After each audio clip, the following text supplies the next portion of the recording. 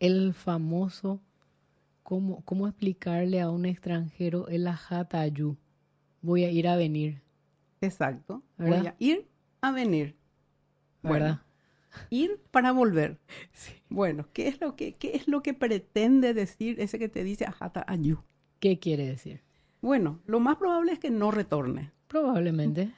Y se aplica mucho en situaciones, por ejemplo, así medio comprometedoras, cuando la cosa se está poniendo caliente en alguna conversación sobre algún tema.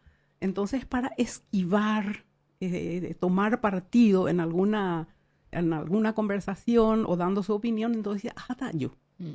Enfriemos el tema. Y ajá, yo, o sea, voy y vengo, Mm. ¿verdad? Entonces, una forma de eludir participar de esa situación un poco espinosa, ¿no? Ujú.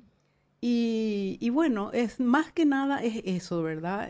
O cuando de repente se va a sentir comprometido de alguna manera con alguna cosa, ¿verdad? O Mm. aportar algo o aportar alguna opinión, entonces no encuentra mejor cosa que decir, ajá, yo Ujú. voy, pero vuelvo, Ujú. ¿sí? Pero no se da. Eso es Mm. algo que no se da. Le diste una responsabilidad. Ajatayu. Ajá, yo. Jamás volvió. Así Me mismo. encanta.